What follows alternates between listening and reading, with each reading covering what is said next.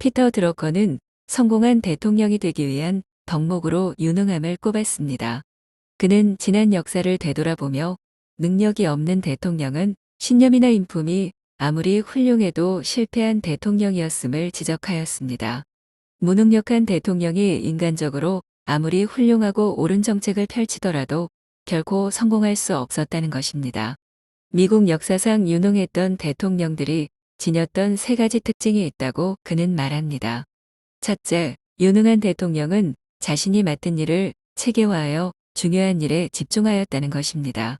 이 대목에서 중요한 일이란 행정이 아니라 정치적 리더십을 의미합니다.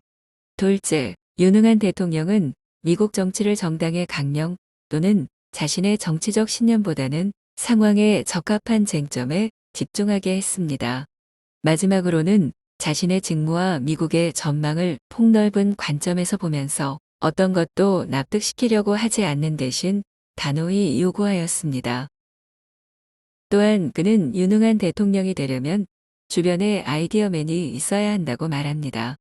아이디어맨을 가장 잘 활용했던 미국의 지도자는 대통령이 아닌 미국이 일본을 통치하던 시절의 최고 사령관이었던 더글러스 맥아더 장군이었습니다.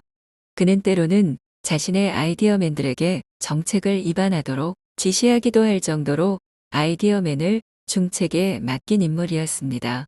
그와 반대로 프랭클린 루스벨트 대통령은 아이디어맨들을 단순한 아이디어를 제안하는 역할 정도로만 활용한 인물이었습니다. 뉴딜 정책을 만들어가는 과정에서 그의 아이디어맨들은 거의 영향을 미치지 않았습니다. 따라서 그들의 역할은 단지 아이디어를 제안하여 논쟁, 흥분, 관심을 일으키는 정도에 그치고 말았습니다. 모든 일에는 우선순위가 있고 이는 대통령에게도 마찬가지로 적용됩니다. 드러커는 유능한 대통령이라면 옳은 것보다는 적절함을 추구해야 한다고 주장합니다. 적절하지 못한 질문에 대한 옳은 대답은 잘못된 길을 안내할 뿐이기 때문입니다. 반면 쟁점이 적절하게 제시되기만 한다면 이에 대한 잘못된 대답은 여전히 쟁점에 관심을 갖도록 합니다. 대통령이 옳은 것을 추구했는지 여부는 그의 신념에 따라 정해집니다. 그러나 적절함을 추구했는가는 객관적으로 정해집니다. 여기서 객관적이라는 말은 상황의 논리에 따라 정해진다는 의미입니다. 피터 드러커는 1960년 현재 고립주의와 국제주의는 적절하지 못한 쟁점이라고 말합니다. 오히려 대외 원조와 상호 의존과 같은 문제가 적절한 쟁점이라는 것입니다.